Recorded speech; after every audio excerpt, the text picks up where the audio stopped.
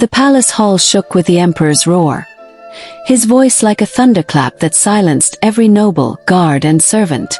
Zahra stood at the edge of the crowd, her heart pounding like a drum, her deep brown skin glowing under the flicker of golden lanterns. Her shoulder-length curly hair, free now from her cap, bounced as she shifted.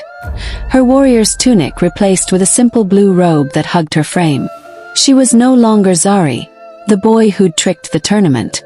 She was Zahra, the Swahili girl who'd dared to fight, and every eye in the room seemed to burn into her.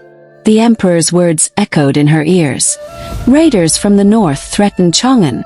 We need strength, not weakness. His gaze swept the hall, landing briefly on Prince Li Wei. Then on Zahra, sharp as a blade. Her stomach twisted. She was a stranger here, a girl in a man's world. And now the empire itself was under attack. It had been days since the moonlit garden, where Li Wei learned her secret and promised to protect it. That night had changed everything. His kind eyes, his idol-like face, pale skin glowing, sharp jawline framed by silky black hair, had stayed with her, a spark in her heart she couldn't shake. But now danger loomed. Scouts had brought news of northern raiders, fierce horsemen who burned villages and struck like wolves in the night. The emperor demanded action, and Li Wei, his youngest son, was chosen to lead a small force to stop them. Zahra saw the weight on Li Wei's shoulders, his golden-flecked eyes heavy with worry. Court nobles whispered behind their fans, doubting him, saying he was too young, too soft. Zahra's fists clenched. They didn't know him like she did. In the palace courtyard, under a sky gray with storm clouds, Li Wei gathered his soldiers. Zahra watched from a stone bench, her spear resting beside her. The air smelled of rain and iron, and the clank of armor mixed with the nervous snorts of horses. Li Wei stood tall, his jade-green robe swapped for leather armor that hugged his lean frame, his black hair tied tight with a silver cord. He spoke to his men, his voice steady but strained, like a string about to snap. "We'll meet the raiders on the northern plain," he said. "We fight for Chang'an, for our people." The soldiers nodded, but Zahra saw their doubt. The nobles had poisoned their trust, spreading lies that Li Wei was no leader. Zahra couldn't stay silent. She stood, her heart racing, her curls bouncing as she stepped forward. "I'll fight with you," she called, her voice clear as a bell. The soldiers turned, eyes wide. The nobles nearby gasped, their silk robes rustling as they leaned in to gossip. "A girl," one sneered, his voice dripping with scorn. "She'll bring shame to us." Another laughed. "Go back to your spices, foreigner." Zahra's cheeks burned, but she held her ground, her dark eyes blazing. She thought of her mother, who'd taught her to stand tall, and her brother, who'd shown her how to wield a spear. She wasn't here to be laughed at, she was here to fight. Li Wei's eyes met hers, and for a moment the world stilled. His face, sharp and beautiful like a song, softened with pride. "Zahra is a warrior," he said, his voice cutting through the murmurs. "She beat General Gao. She'll teach you her skills."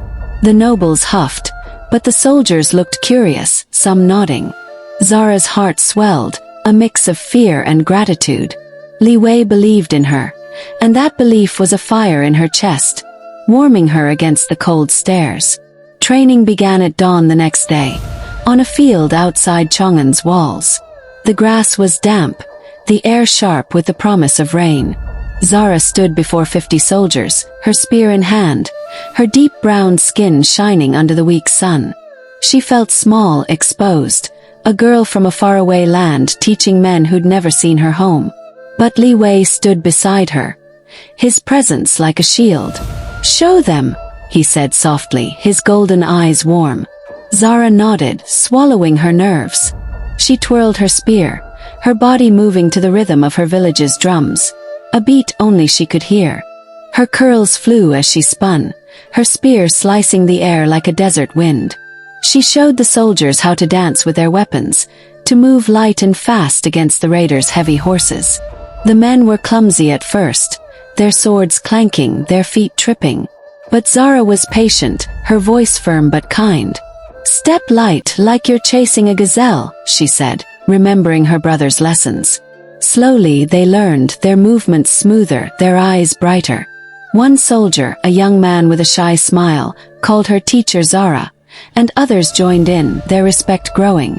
Li Wei watched, his lips curving into a smile that made Zahra's heart skip. They trained side by side, his sword flashing as he practiced her moves, their eyes meeting in quiet moments. Each glance felt like a secret, a thread pulling them closer. But the court's poison spread. At a council meeting, nobles attacked Li Wei's plan, their voices sharp as knives. A prince led by a foreign girl, one sneered, his fan snapping shut. You'll doom us. Zahra sat in the back, her hands trembling with anger. She wanted to shout, to tell them she'd fought harder than any of them, but Li Wei spoke first. Zahra's skills will save lives, he said, his voice like iron. I trust her. The room fell silent, but Zahra saw the nobles' glares, their eyes promising trouble. Later, alone in her chamber, she sank to the floor, her spear beside her. She was far from home, in a land that didn't want her. Did she belong here? Could she ever? That night, unable to sleep, Zahra wandered to the palace stables, the smell of hay and horses calming her racing heart. She found Li Wei there, brushing a horse's mane, his face tired but beautiful in the lantern light. You couldn't sleep either, he asked, his voice soft. Zahra shook her head, her curls swaying. I feel like I'm fighting more than raiders, she admitted, her voice small. The nobles hate me. I'm not one of you. Li Wei set the brush down, stepping close. His pale skin glowed, his sharp features softened by worry. You're braver than any noble, he said. You make me want to be better. Zahra's breath caught, her heart a storm of fear and warmth. She looked into his eyes, seeing not just a prince, but a boy carrying a heavy crown, torn between duty and dreams. You're not like them either, she said, her voice barely a whisper. You see me. Li Wei's hand brushed hers, a fleeting touch that sent sparks through her. I do, he said, his smile shy but real.